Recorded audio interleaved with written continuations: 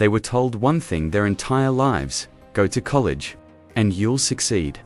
So, at 18 years old, before ever filing taxes, before understanding compound interest, before working a full-time job, millions of young Americans signed loan documents committing to tens of thousands of dollars in debt, believing it was the safest investment they could make.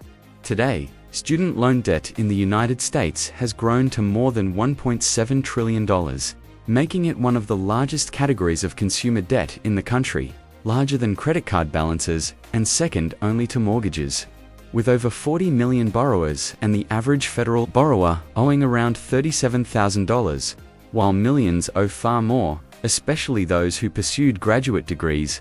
In the 1970s, tuition at public universities was low enough that a part-time job could cover much of the cost.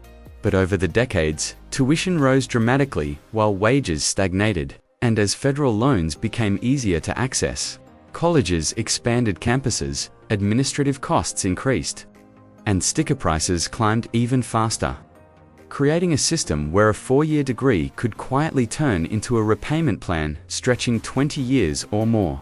Meet Sarah, a 34-year-old public school teacher in Ohio, who graduated with honors and chose a profession built on service. Yet today, she owes more in student loans than her annual salary, her monthly payment rivaling her rent, forcing her to delay buying a home and reconsider starting a family. Her story reflects a broader trend.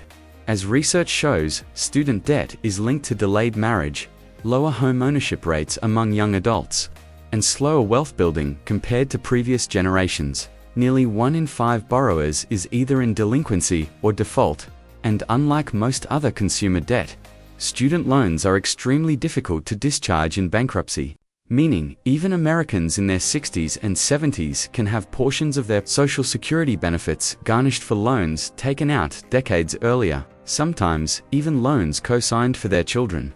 Some borrowers end up paying thousands of dollars in interest alone, watching balances grow despite years of consistent payments because of compounding interest and income-driven repayment plans that stretch the timeline further.